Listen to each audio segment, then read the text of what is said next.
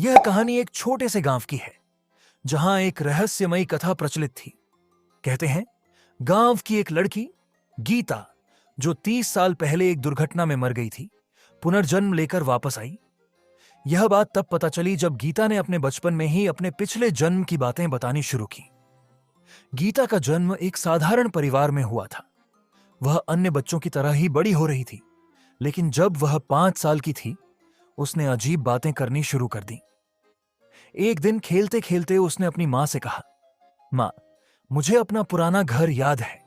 वहां एक बड़ा सा पीपल का पेड़ था और उसके नीचे एक मिट्टी का घड़ा दबा हुआ था।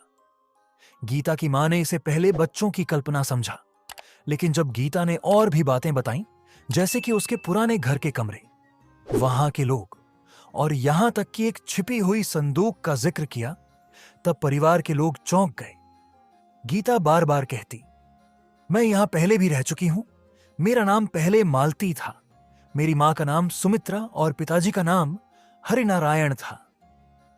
गीता के माता पिता ने इसे गंभीरता से लिया और गांव के बुजुर्गों से सलाह ली। गांव के बुजुर्गों ने बताया कि वास्तव में 30 साल पहले मालती नाम की एक लड़की की मृत्यु हुई थी। उसका परिवार गांव छोड़कर चला गया था। गीता के माता पिता ने मालती के परिवार का पता लगाया और उन्हें बुलाया। जब मालती की मां, जो अब बूढ़ी हो चुकी थी, गीता से मिली तो वह रो पड़ी। गीता ने उन्हें पहचान लिया और कहा, मां, मैं वापस आ गई हूं। गीता ने अपने पिछले जीवन के हर छोटे बड़े पल को सही सही बताया। पुराने घर की बातें, वहां रखे सामान और यहां तक कि मौत से पहले की आखिरी रात का भी जिक्र किया। यह सब सुनकर सभी दंग रह गए। गांव में यह बात आग की तरह फैल गई। लोग गीता के पुनर्जन्म की कहानी सुनने के लिए आने लगे। यह घटना सभी के लिए एक रहस्य बन गई।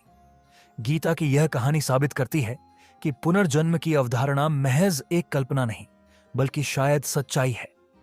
उसकी यादों ने यह सवाल खड़ा कर दिया कि क्या सच में आत्मा कभी मरती नहीं, और क्या यह संसार पुनर्जन्म का एक चक्र है। यह कहानी आज भी गांव में लोगों के दिलों में बसी हुई है और हर कोई इसे सोचकर हैरान रह जाता है।